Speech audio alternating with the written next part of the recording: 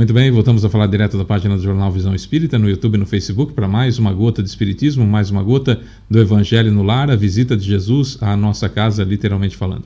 Sou Fábio Pereira, é uma honra, um prazer, um privilégio falar com todos e cada um de vocês. Hoje, quarta-feira, é dia de Evangelho no Lar, então a gente faz o nosso Evangelho, aí grava para que você que professa a fé sozinho aí na sua casa, ou você que mora sozinho, ou mesmo você que tem dificuldade em ler em voz alta o Evangelho, explicar, enfim, então a gente grava para você fazer o Evangelho conosco. Muitas famílias fazem isso, você pode fazer também, colocar no YouTube e na televisão e reúne a família na sala, enfim, faz o Evangelho no Lar, é muito interessante isso também. Então, essa é a nossa contribuição. Esse vídeo não tem fins lucrativos, portanto, se você tem intenção de ajudar a divulgar o Espiritismo, dá o seu joinha, né, dá o seu like, não importa a plataforma que você esteja assistindo, faz um comentáriozinho lá qualquer, oi, estou aqui, alguma coisa assim, para dar o tal do engajamento, e aí o YouTube e o Facebook sugerirem esse vídeo para outras pessoas, de repente cai, né, justamente na lista, né, na linha do tempo, de uma pessoa que gostaria de fazer o Evangelho e não sabe que a gente existe, né? Então, para divulgar a doutrina espírita, você só precisa compartilhar, clicar no joinha, no gostei, né, no dar um like e de repente escrever um comentário. Não custa nada para você apertar um botão, tá bom? É isso. Nós vamos fazer a oração inicial, depois nós vamos fazer uma leitura edificante. Nós estamos no livro Segue-me de Emmanuel por Chico Xavier e hoje caiu Obediência Justa. Depois nós lemos o Evangelho segundo o Espiritismo, o meu está aqui. Hoje caiu A Cólera, que é do capítulo 9, os que são brandos e pacíficos, a cólera, nós vamos falar sobre isso. E no final, a nossa oração final, que aí é a finalização da fluidificação da água que os mentores vão fazer aí na sua casa, tá bom? Então é isso. Vamos lá? Comecemos então pela nossa oração inicial, que nada mais é do que começar a elevar o pensamento. O que é elevar o pensamento? É pensar em Jesus da forma que você acha que ele é. Você está acostumado com a imagem dele, tá bom? Então vamos lá. Elevemos o nosso pensamento até Jesus. Deus Pai Todo-Poderoso, Senhor Jesus, querido mestre e amigo, benfeitores espirituais, amigos mentores que nos acompanham, seu Calixto, Dona Zélia, seu João Leão Pita, seu Joaquim, seu Romeu, seu Alexandre, doutor Agripino, nosso guia espiritual, cumprimentando seu Otávio e cumprimento a todos os demais, seu Caibar Schutel, sua equipe de Alvorada Nova, seu Bezerra de Menezes, seu Allan Kardec e seu Agostinho. Elevamos o nosso pensamento até o Senhor, mestre querido, para que assim possamos invocá-lo e evocar esses nossos irmãos, fazendo da nossa casa uma embaixada do plano espiritual superior, e isso é muito importante, e desde já muito obrigado por isso.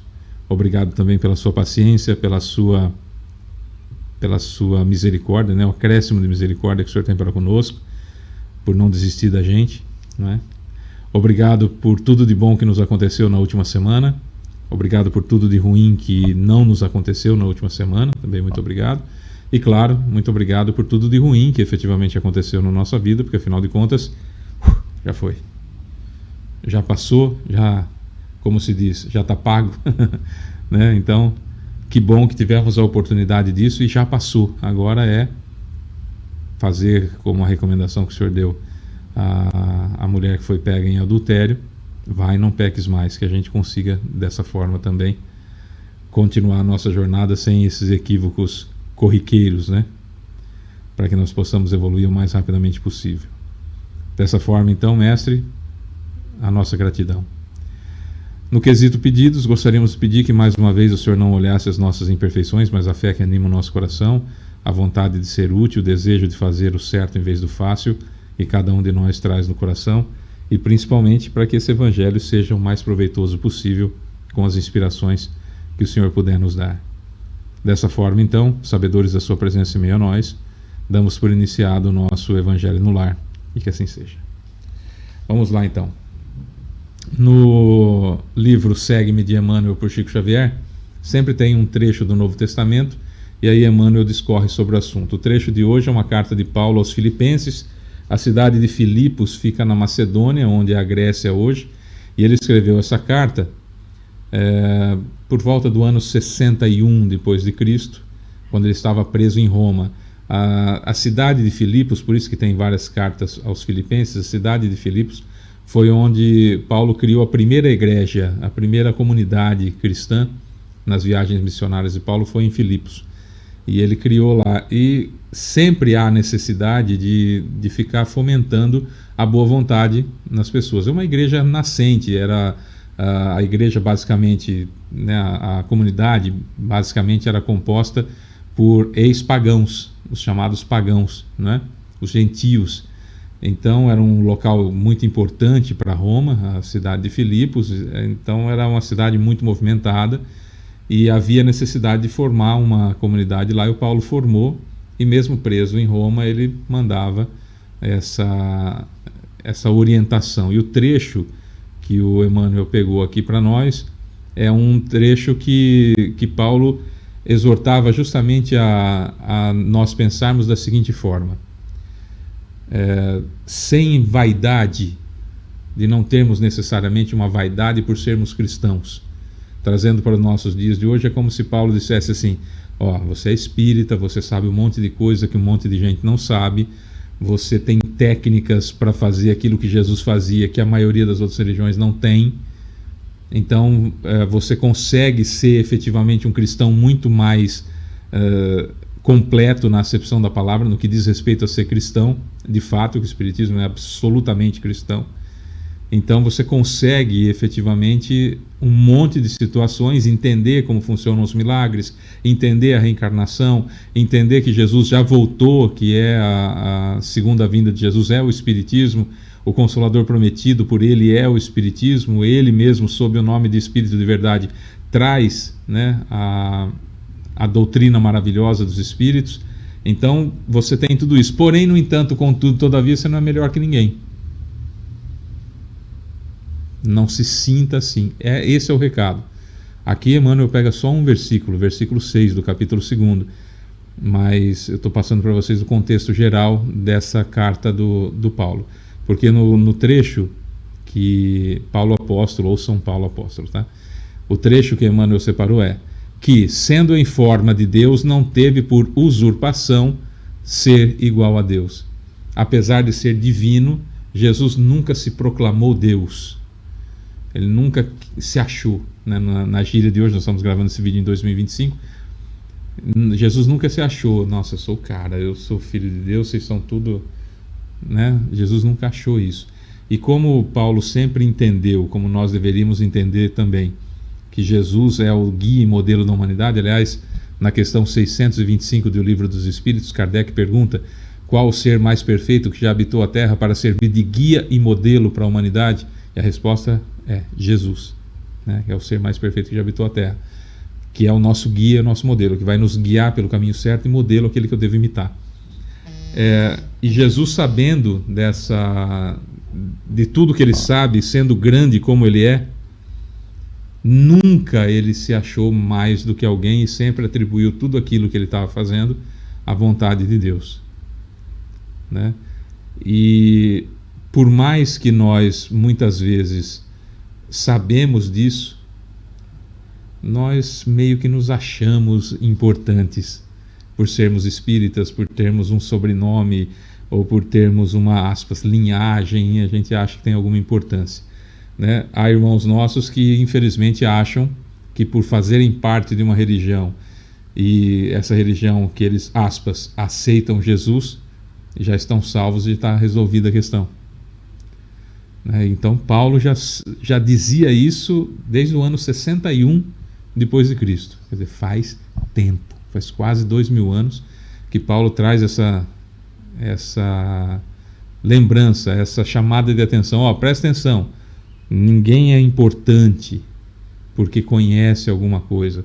Jesus, que é o cara, nunca se achou superior a ninguém. Por que você, que deve imitá-lo, vai se achar? Basicamente é nessa linha que Paulo escreve os versículos 5, 6 e 7, e Emmanuel pegou o versículo 6 aqui do capítulo 2. Emmanuel diz o seguinte: todos os sofrimentos dos homens, de modo geral, originam-se da pretensão de usurpar o divino poder. Orgulho, vaidade, insensatez, egoísmo, perversidade, rebeldia e opressão representam apenas modalidades variadas dessa usurpação indébita. A guerra e o seu século pestilencial, a tirania e o instinto revolucionário, as paixões arrasadoras e os desastres espirituais que lhes são consequentes, constituem-lhe as obras. Na vastíssima paisagem de nossas existências, vemos sempre a misericórdia divina e a maldade humana, a bondade celestial e a desobediência das criaturas, sempre o Pai generoso e os filhos imprevidentes, o Deus justo e as inteligências caídas e perversas. Doloroso quadro.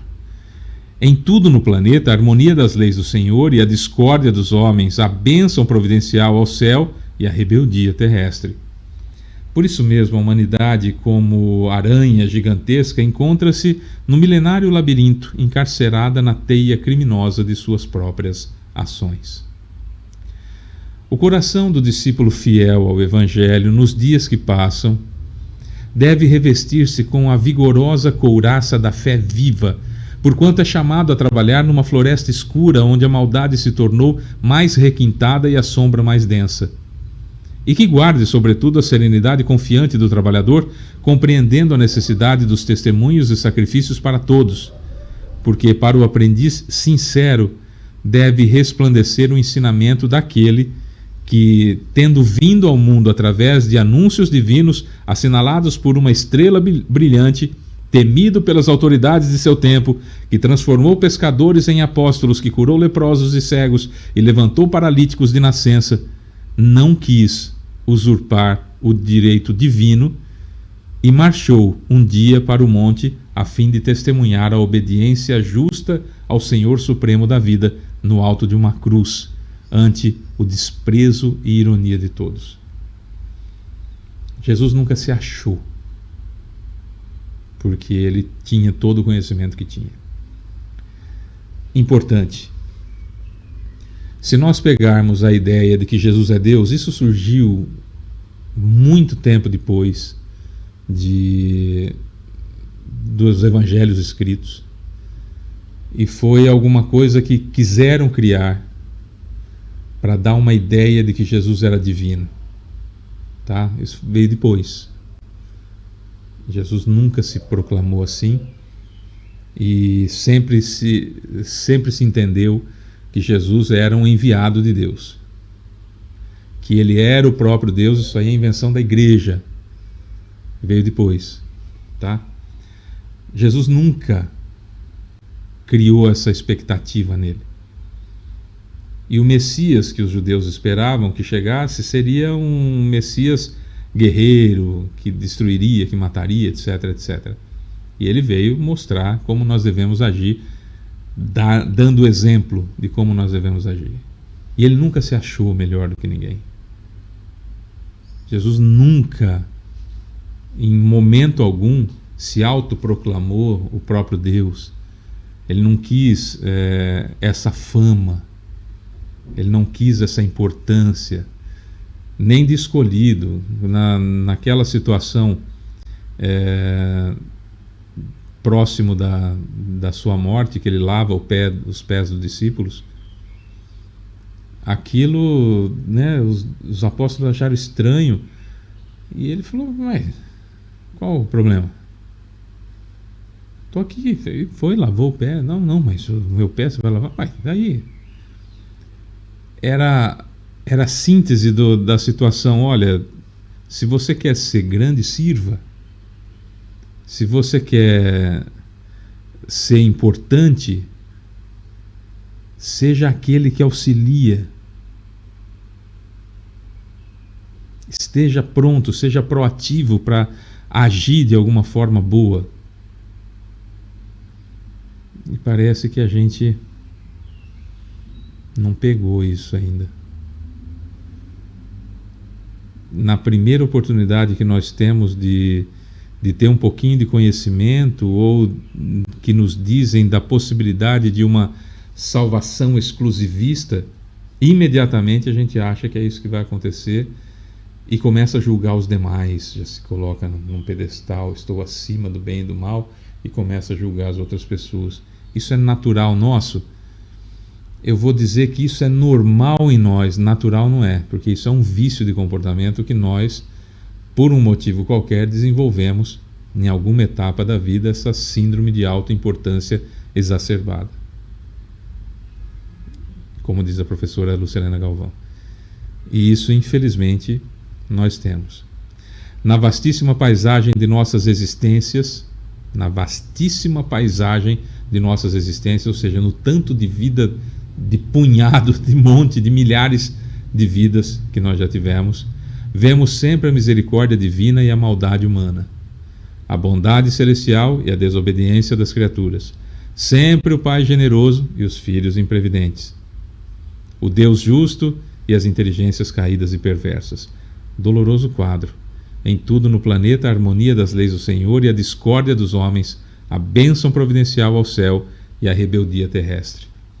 Eu acho que a rebeldia terrestre, ela é extremamente importante quando ela é ativa.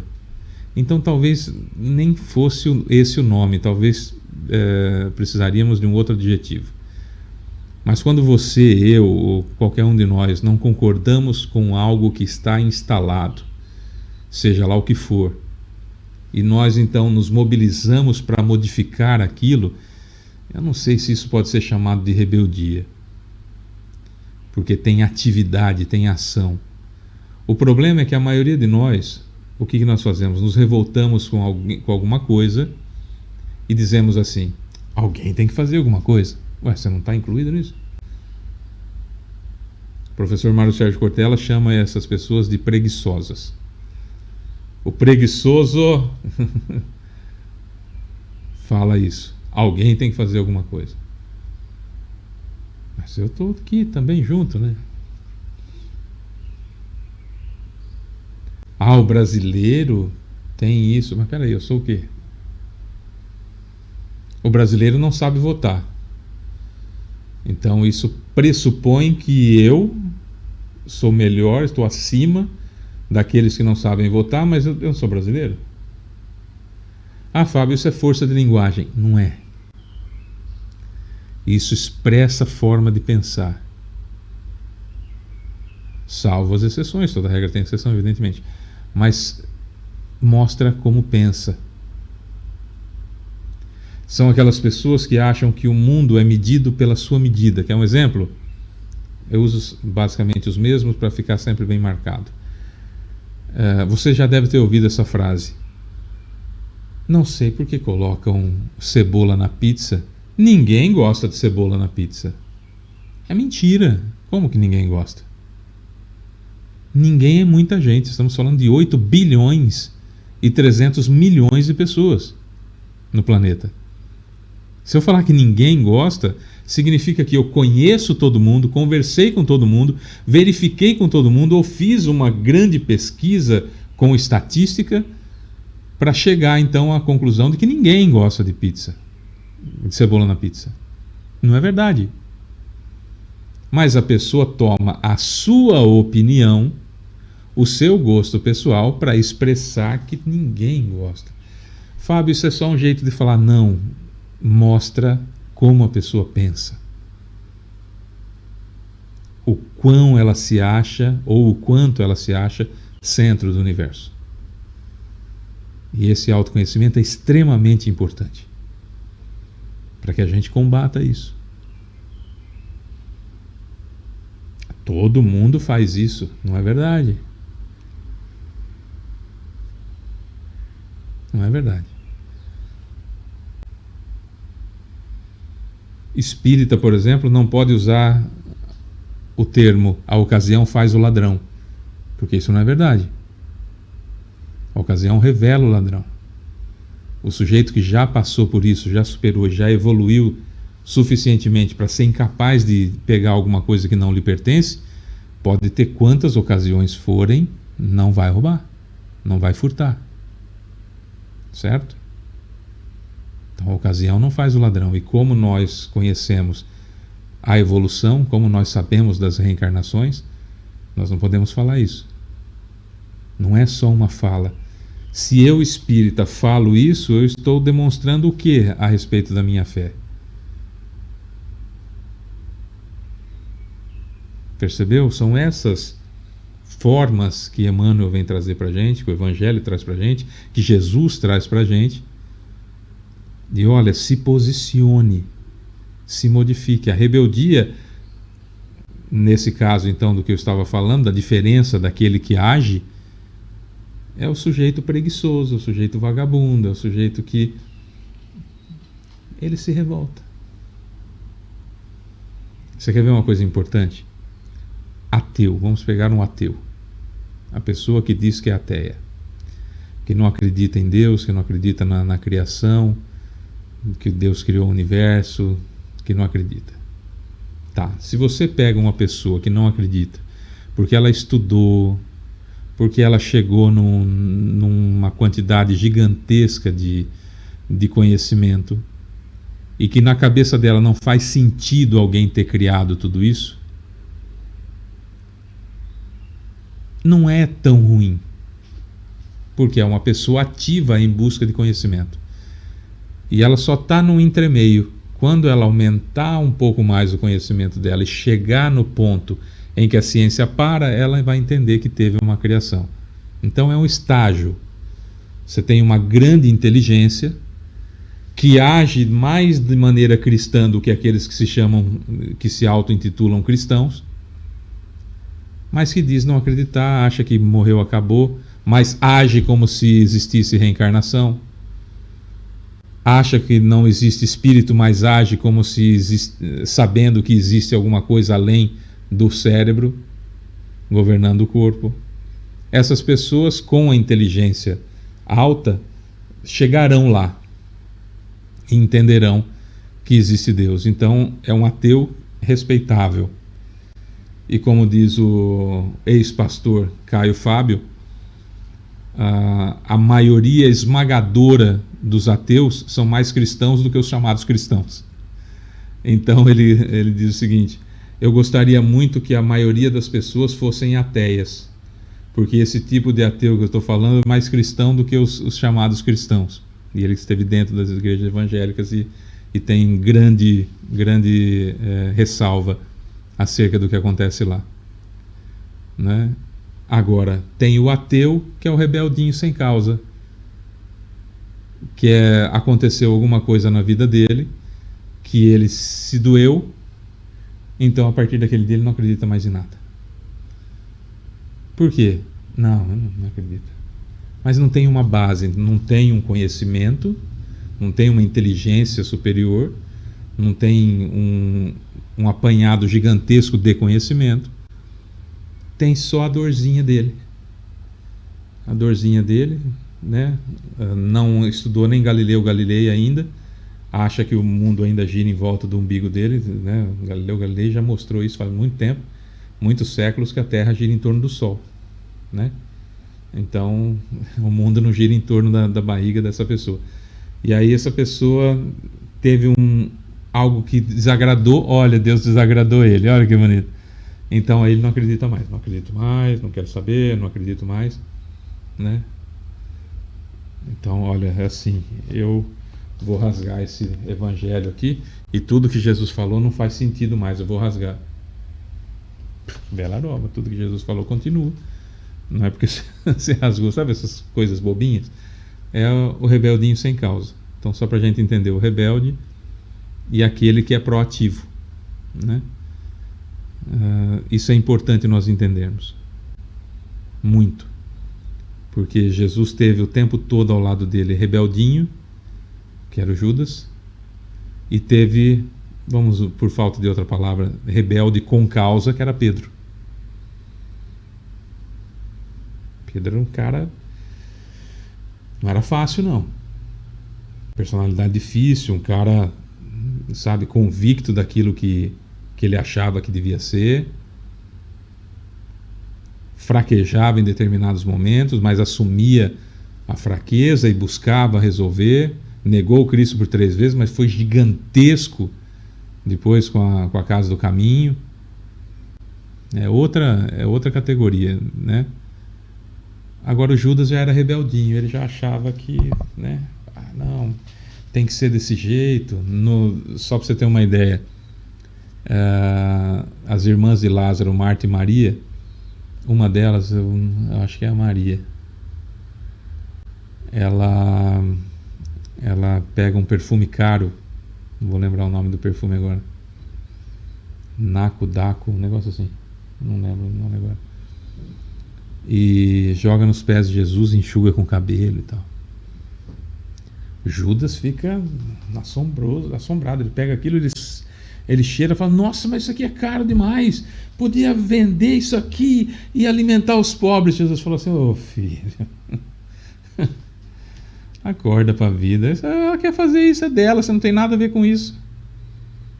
Ela achou que todo o dinheiro que ela tinha, ela devia comprar o melhor que ela tivesse e dar para mim. Ou seja, ela pegou o que era mais importante na vida dela e abriu mão em favor do Cristo, para o Cristo. E você que fica cheio de 9 horas, o que você quer? Você quer que eu destrua tudo, que eu saia matando para lá e para cá. Era essa a visão de Judas. Quando ele traz Jesus, ele não traiu Jesus porque ele queria mal de Jesus, queria Jesus morto. Ele queria matar todo aquele bando de fariseu, de sacerdote, de romano. Ele falou assim: quer saber? Eu vou criar aqui um esquema que quando a espada chegar no pescoço dele, ele vai levantar a mão, só vai acabar com tudo isso aqui, porque ele fica enrolando, que ele é bonzinho, mas a hora que a espada chegar no pescoço dele, ele resolve. Quando ele viu que não resolveu, ele fraquejou, foi lá e se matou. Humberto de Campos entrevistou ele no plano espiritual e é linda essa passagem, como foi a trajetória de Judas depois de tudo isso, quando ele compreendeu de fato. E o cara estava do lado de Jesus, mas ele era rebeldinho. Ele era rebeldinho. Né? Pedro era outro tipo de cara. Era o cara que de repente ficava de mal de Jesus. Ele fazia isso, ficava de mal de Jesus. Mas não parava de fazer o que tinha que fazer, corria atrás, depois ia lá, admitia o erro, pedia desculpas, consertava e vai. Foi o grande Pedro. Percebeu a diferença? Seria mais ou menos isso. Essa é a ideia. Quando Paulo fala: seja igual Pedro, não seja igual Judas. E um dos grandes problemas que nós temos chama-se cólera. Cólera não é aquela doença bastante conhecida, transmitida pela água. Cólera é a raiva, é o explodir, é o... E depois... Por isso que é bom calar. Quando você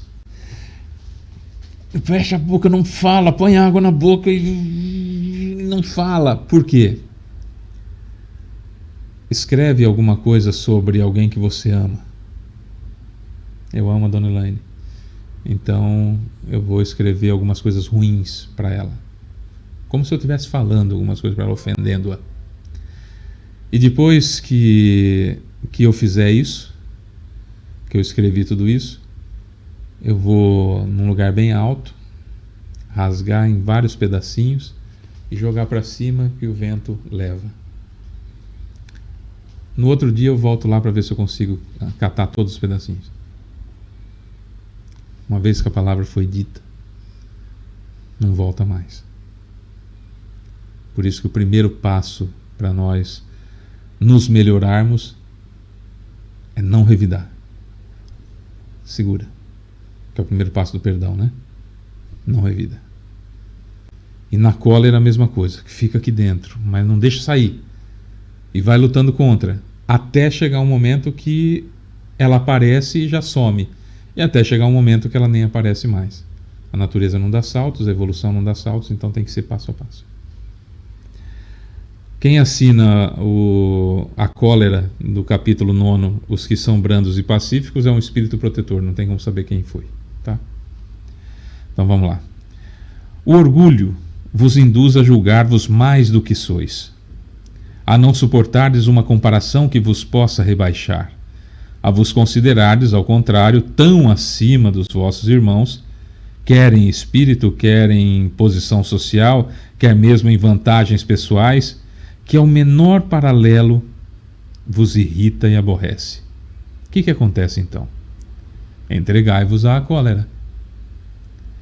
Pesquisai a origem desses acessos de demência passageira que vos assemelham ao bruto, fazendo-vos perder o sangue frio e a razão, pesquisai e quase sempre deparareis com um orgulho ferido, que é o que vos faz repelir coléricos, os mais... uma pergunta, desculpa. Que é o que vos faz repelir coléricos, os mais ponderados conselhos, senão o orgulho ferido por uma contradição.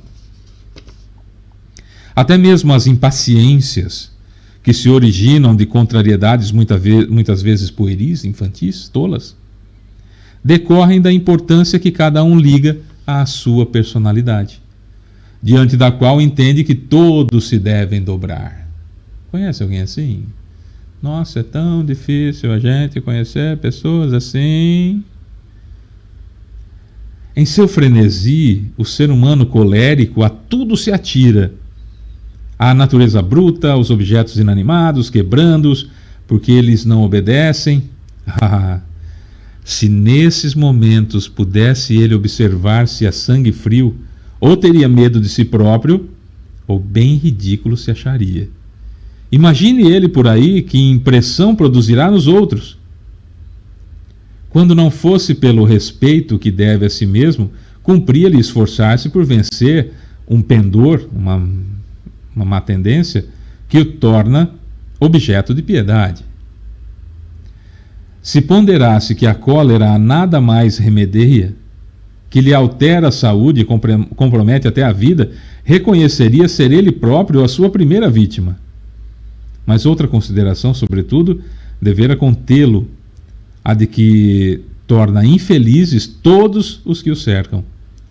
Se tem coração, não lhe será motivo de remorso fazer que sofram os entes a quem mais ama? E que pesar mortal se num acesso de fúria praticasse um ato que houvesse de deplorar toda a sua vida. Em suma, a cólera não exclui certas qualidades do coração, mas impede se faça muito bem e pode levar à prática de muito mal. Isso deve bastar para induzir o ser humano a esforçar-se para dominar a cólera. O espírita, ao demais, é concitado a isso por outro motivo, o de que a cólera é contrária à caridade e à humildade cristã. Um espírito protetor.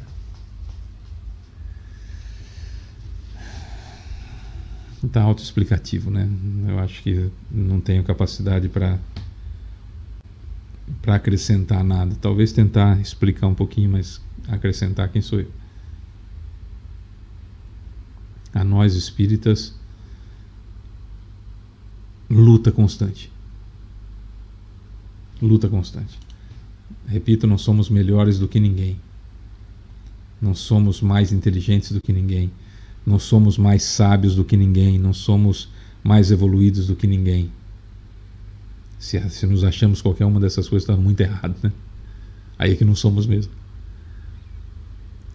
Mas nós temos técnicas para colocar em prática aquilo que Jesus ensinou, então precisamos colocar essas técnicas o mais rapidamente possível na nossa rotina diária. Não é no dia de ir no centro, não é na frente de certas pessoas, não é no dia do estudo, não é no dia do Evangelho ou na hora do Evangelho. Nós atendemos muitas pessoas em atendimento fraterno durante muitos anos. E era muito comum, conversando com crianças, e essas crianças dizerem para nós, isso aconteceu também com a dona Elaine, era muito frequente de acontecer, que as crianças achavam que deveria ter mais dias do Evangelho no lar, em casa. Porque no dia do Evangelho no lar, em outras palavras, eles não usavam esses termos, evidentemente, os pais eram gentis e amáveis. Olha o quanto isso deve ser dolorido, ou deveria ser dolorido para a família. O quanto isso deveria ser vexatório, vergonhoso para a família das crianças quererem que houvesse mais dias do Evangelho no lar, porque no dia do Evangelho no lar os pais são decentes e nos outros dias são umas porcaria.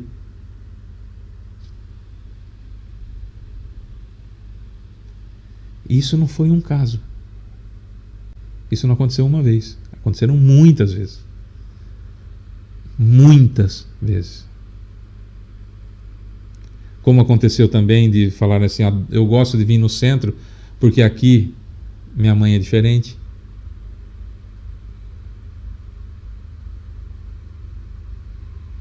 Isso de pai eu ouvi pouco, eu ouvi mais de mãe mesmo, assim, mais de mãe, né? Minha mãe é diferente, era o que mais a gente ouvia, né? Aqui minha mãe é diferente.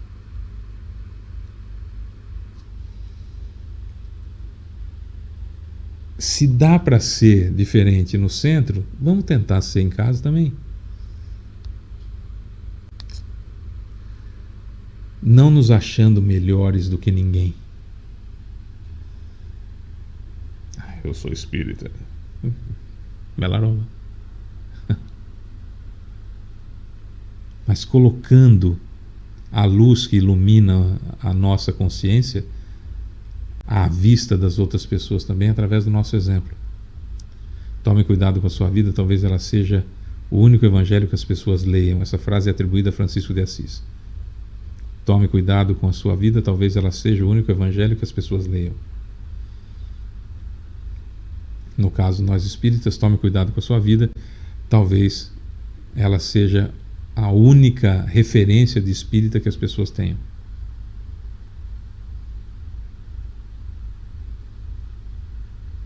Fábio, mas eu tento me controlar, mas quando eu vejo eu já explodi colericamente. Começa a prestar mais atenção. E se você explode 10 vezes no ano, se esse ano você explodir só 9, esse avanço é extraordinário. Continue assim. Se no ano que vem você explodir 8 vezes, foi um avanço extraordinário.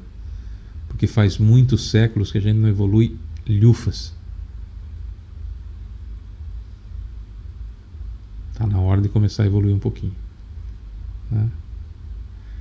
Quando eu fiz minha primeira palestra, eu disse assim: canibal que começa a comer de garfo e faca já evoluiu. E é verdade. E é verdade. Brincadeiras à parte, ou seja, houve uma evoluçãozinha, né? Não está comendo mais com a mão, né? A natureza não dá saltos. A gente só não pode ser preguiçoso. Ser assim, não deu, né? Não, isso é vagabundo. Eu venci, de repente perdi. Nossa, eu não devia ter falado. Ótimo. Veio na ponta da língua, eu segurei. Veio na ponta da língua, eu segurei. Veio na ponta da língua, eu segurei. Veio na ponta da língua, eu falei. Eu venci 3 vezes.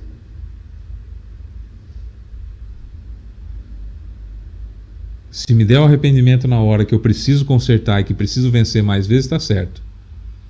Se eu for vagabundo do tipo, eu venci 3 vezes, também não sou de ferro, né? Aí é vagabundo. A carne é fraca, mais vagabundo ainda, porque não é verdade. Né? Então, mais ou menos por aí. Vamos lá. Elevar o pensamento novamente. Jesus, minha água está aqui, precisa destampar? Não, precisa esticar a mão? Não. Eu não vou benzer a sua água aí na sua casa, até porque não é benzer. São os mentores que vão fazer, já fizeram na realidade, e agora você vai finalizar com a parte magnética, tá bom? Então vamos lá. Senhor Jesus, querido mestre e amigo, Deus Pai Todo-Poderoso, benfeitores espirituais nomeados e não nomeados que aqui estiveram, seu Caibar Chuta, sua equipe de Alvorada Nova, seu Bezerra de Menezes, seu Allan Kardec, seu Agostinho, nosso guia espiritual, muito obrigado pela presença, muito obrigado pelo carinho, muito obrigado por fazerem da nossa casa um ponto de parada do plano espiritual superior. Muito obrigado de coração, Senhor Jesus, pela misericórdia de novo que o Senhor teve conosco, né? Muito obrigado, valeu. Mais um pedido, Senhor, da água, né? Da fluidificação da água, da magnetização da água. Cada um de nós agora vai fazer o pedido para quem gostaria que a água fosse um remédio para o espírito e para o corpo.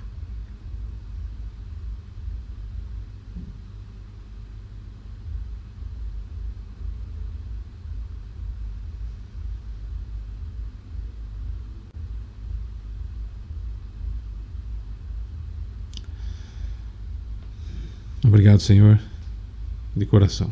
Obrigado pela visita, obrigado pelo carinho, obrigado por não desistir da gente. Na próxima semana estaremos, se Deus quiser, reunidos outra vez, esperando a sua visita à nossa casa. Muito obrigado a todos os mentores, a todos que participaram conosco, e que assim seja. É isso, meus amores, um beijo enorme no coração de todos e cada um de vocês. Até quarta-feira, se Deus quiser. Beijo para você que fica. Tchau.